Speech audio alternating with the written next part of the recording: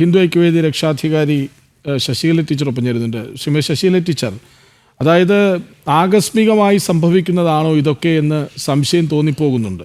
കാരണം ഷാഹിദ് അഫ്രീദിയുടെ കാര്യം നമുക്കറിയാം. തൃപ്പൂണിത്തുറയിൽ ഇപ്പോൾ പാസ്റ്റർമാരുടെ പരിപാടിയിലും പാകിസ്ഥാൻ പതാക എങ്ങനെ പാറിക്കളിക്കുകയാണ്. എന്താണ് പ്രതികരണം? ഇവിടെ ആകസ്മികമായി സംഭവിക്കണമെങ്കിൽ അവർക്ക് എന്തെങ്കിലും അത്ഭുത സിദ്ധി വേണം. കാരണം ആകാശത്ത് നിന്ന് കൈ ഉയർത്തിയാൽ പാകിസ്ഥാന്റെ പതാക അല്ലെങ്കിൽ പാകിസ്ഥാന്റെ പതാക അവിടേക്ക് പറന്നെത്തണം. നമ്മുടെ അറിവിൽ അവർക്ക് ഏതായാലും പ്രത്യേകിച്ച് അത്തരത്തിലുള്ള അത്ഭുത സിദ്ധികളൊന്നുമില്ല. നമ്മൾ നേരത്തെ കണ്ടതുപോലെ തന്നെ ദുബായിലെ ചടങ്ങിലേക്ക് അപ്രതീക്ഷിതമായി എത്രത്തോളം ഭാരതീയ വിരുദ്ധത പറയാമോ അത്തരം ആളുകൾ അതിഥിയായി പറന്നെത്തിയതുപോലെ ഇവിടെ സംഭവിക്കില്ല, അവിടെയും സംഭവിക്കില്ല എന്ന് നമുക്കറിയാം.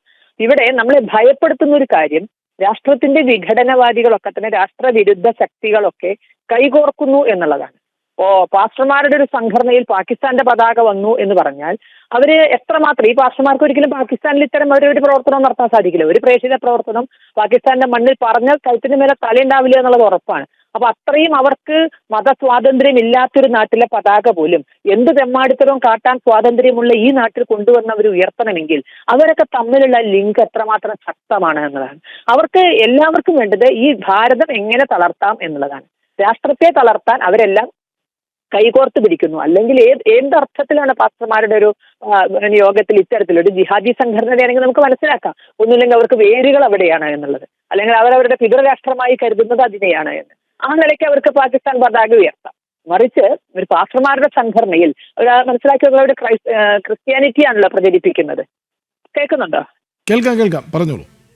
ക്രിസ്ത്യാനിറ്റിയാണല്ലോ അവർ പ്രചരിപ്പിക്കുന്നത്. അപ്പൊ അത് പ്രചരിപ്പിക്കാൻ സ്വാതന്ത്ര്യമില്ലാത്ത ഒരു നാട്ടിലെ പതാക അവരിവിടെ ഉയർത്തണമെങ്കിൽ അവർക്ക് ഈ നാട്ടിൽ എന്തൊക്കെ അസ്വസ്ഥതകൾ ഉണ്ടാക്കാമോ അതൊക്കെ ഉണ്ടാക്കണമെന്നും ഇവിടെ എങ്ങനെയൊക്കെ ഒരു ആഭ്യന്തര കലാപത്തിലേക്ക് വരെ ഒരുപക്ഷെ അതിനുള്ള ശ്രമങ്ങൾ ഇവർ നടത്തുന്നുണ്ടാവും.